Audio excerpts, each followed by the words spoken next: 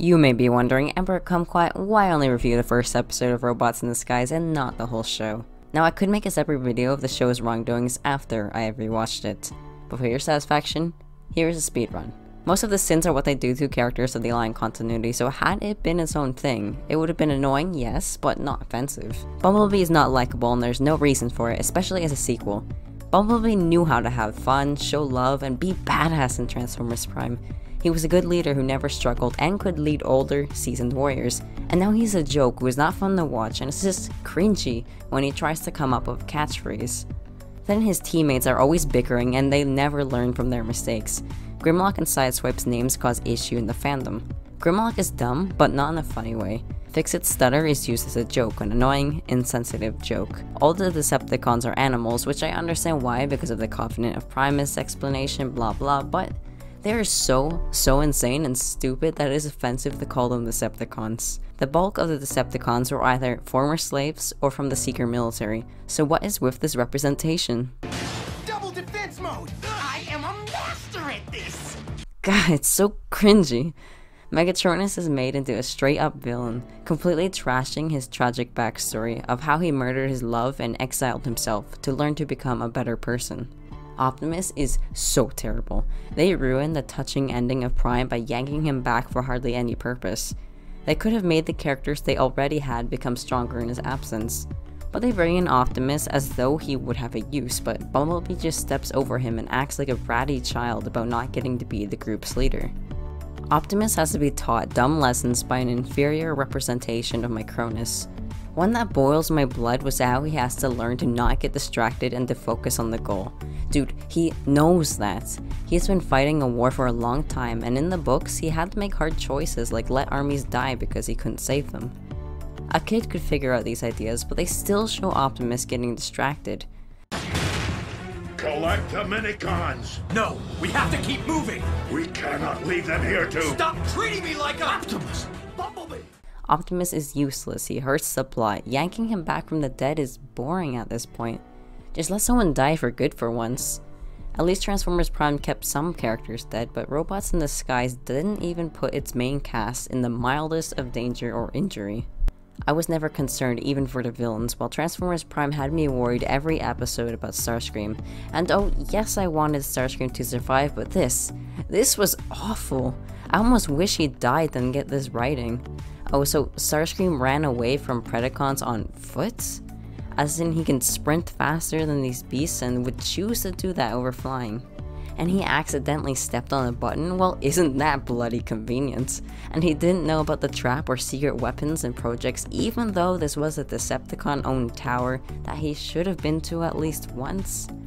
And these weapons were just lying here, unused by Megatron for no reason, and still have enough energon to power them despite its abandonment and a population of starving Autobots and Decepticons. No one raided this place? And now we have magical minicons, plus the fact that Starscream looks dumb as hell and has sharp teeth because, gosh, bad guys need sharp teeth to be bad. Wrong, Beast Wars doesn't care about your rules. And god, I love the Predacons. Are you telling me that we waited for an army of Predacons, lost them, got surprised by 2 new ones, and they die instantly after the movie? Y'all know the only people who would appreciate the backstory would be Prime fans, so why are you doing this to us? Why even make a sequel and do one of 2 things? Shit on beloved characters or ignore them completely. I don't think RC, Wheeljack, or Smokescreen were ever mentioned. I want to know what they're doing. Does Ultra Magnus have a better hand now? Is Knockout a fashion model? What about those humans you loved, Bumblebee? Don't you want to visit Wrath? Why doesn't Fowler give you a better hangout in technology, Bumblebee? Call him. Oh, and lest we forget that all humans now have Invader Zim level intelligence and will act like mindless drones and or believe any lie that they are not aliens. Are they on the hunt for Shockwave? Does anybody care about Soundwave? How could they leave him without Energon, and how could they not write how he survived without fuel? Why did no one put in the effort to confirm that Starscream was dead and recover his mold parts? The Autobots legit saw Predacons go after him and heard nothing from either party again and assumed, oh gee, that unpredictable second command is no longer a problem. The Predacons not returning must mean success. What the hell happened with Arachnid and her horde of zombies? Sure, they can't fly to Cybertron on their own, but some ship will turn up there and oh shit, a zombie invasion. Am I the only one who realized the awesome potential that they had for a sequel if they had just continued from where Prime left off? Oh, you wanted a kids show? Well, you botched that up. Either make it connected to Prime or make it good. Yes, because kids shows can be good.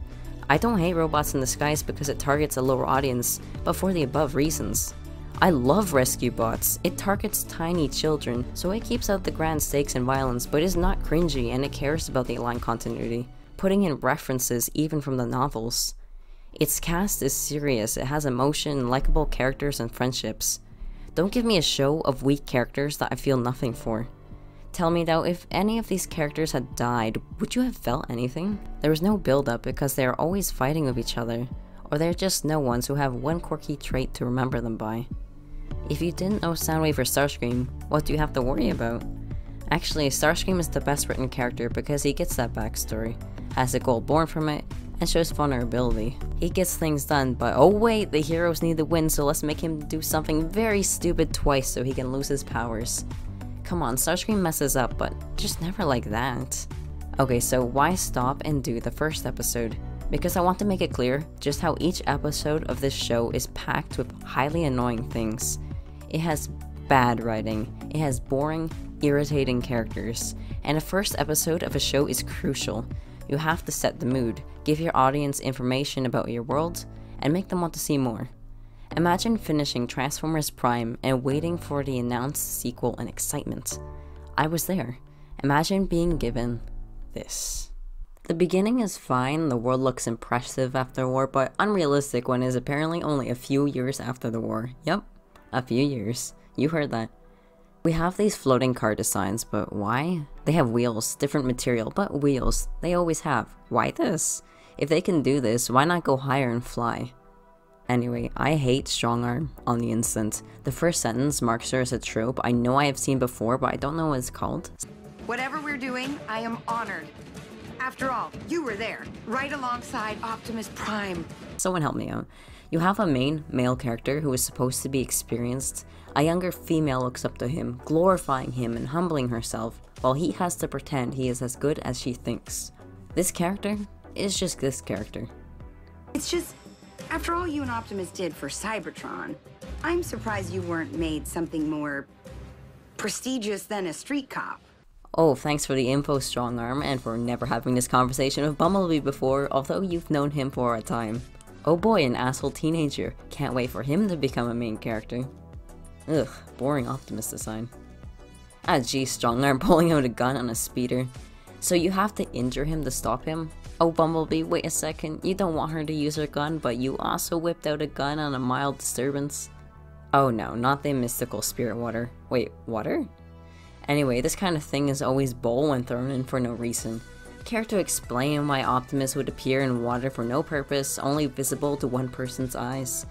Oh no, I guess we just wanted mystery and a chance for Bumblebee to beg for others to trust him when he makes rash, future decisions despite his air of insanity. I hate his face, especially his neck.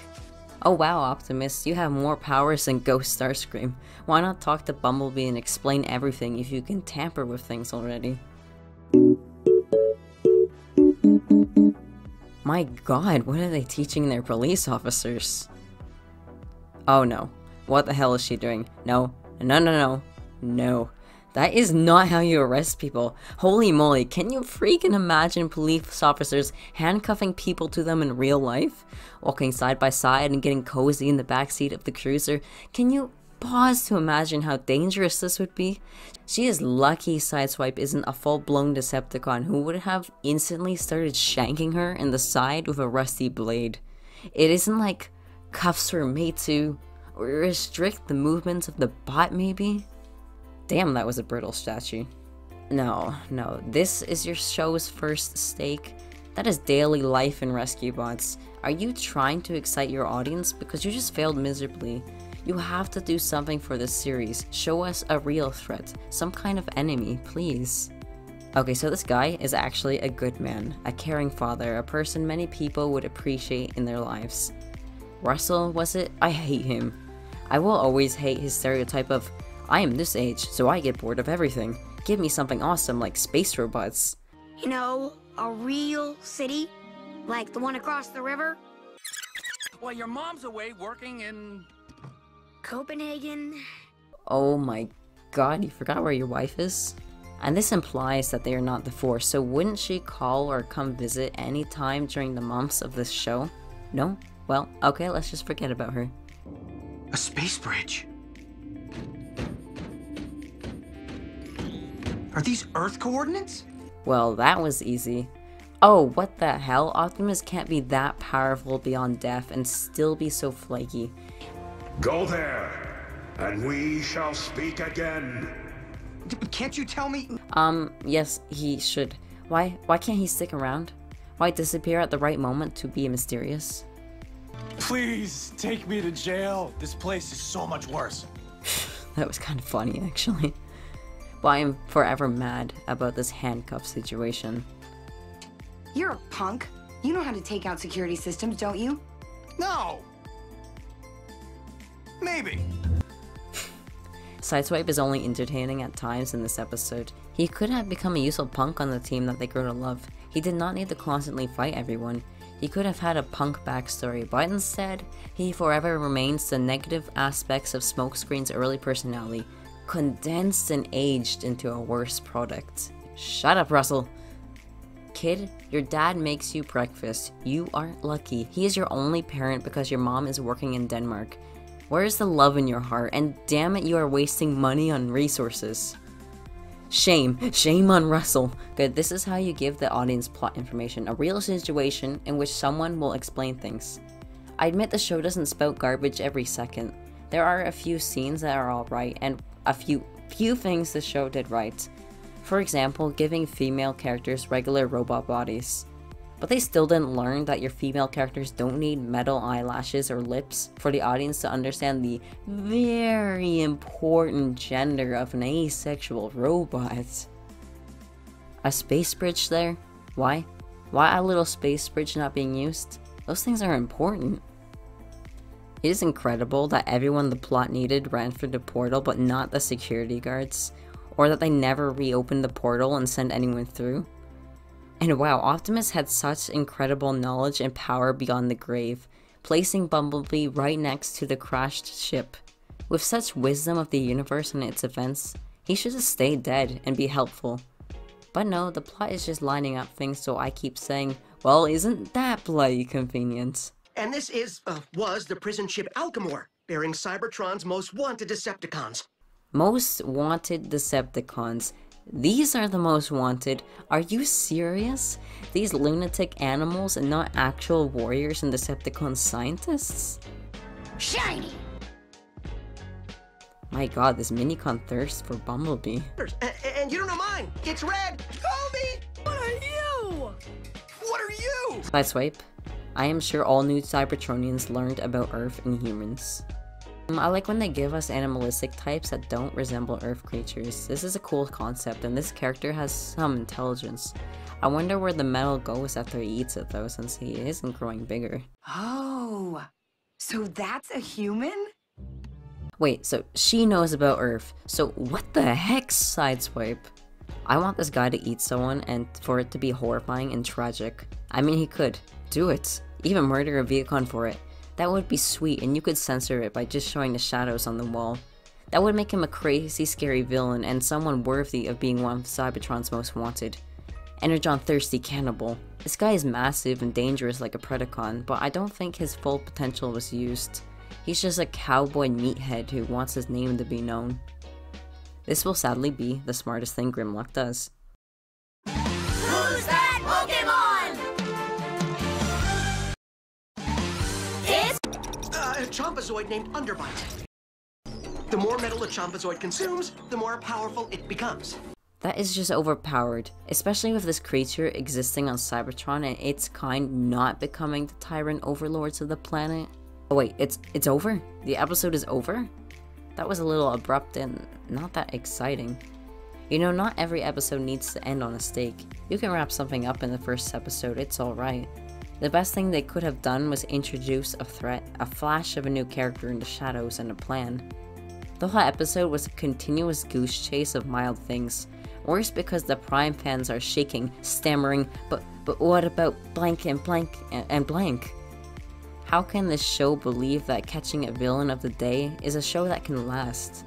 We will never imagine the heroes losing, that they are in real danger, because each villain is a silly challenge to be locked away and forgotten. Steeljaw finally changes the game, but why didn't the first episode excite us for that? It could have been a simple stake to pique our interest, maybe a line from Fix-It saying, "There was a particularly dangerous Decepticon on board. We need to capture him immediately before he plans a counterattack." Not even a name or proper glimpse of this villain. But man, oh man, imagine if that villain had turned out to be Shockwave, creator of these wacky beasts who will assemble under him. Or Soundwave, among a crew of normal Decepticons with real brains and personalities. Imagine if Starscream had been in there, but disfigured and wingless and almost unrecognizable because of what the Predacons had done to him. Imagine a head villain like that, driven by hatred of being left by Megatron and the Autobots to be torn apart. Someone who spent isolation and imprisonment. A villain who the Autobots might realize they could have done more for. This initial concept adds more depth than what we got. But my suggestions I just threw out on a whim stir the interest of the past fanbase, as well as show that this series has a real threat. Watching this one episode, could you tell anything would change or threaten them? Because that should be there when the characters are flat and arguing all the time. If your show has no enemy, make us interested in the lives and emotions of the characters. Yes, it's a kids show, I know. Kids shows can be dark, but I don't need Robots in Disguise to be dark if it doesn't want to be. Go down the route of rescue bots, with unique characters to love and genuine friendships. Humans with better personalities and actual brain cells. Ask yourself now, how many characters were likable in the first episode that you could root for? For me, it was none. I want to burn Robots in Disguise out of the continuity already.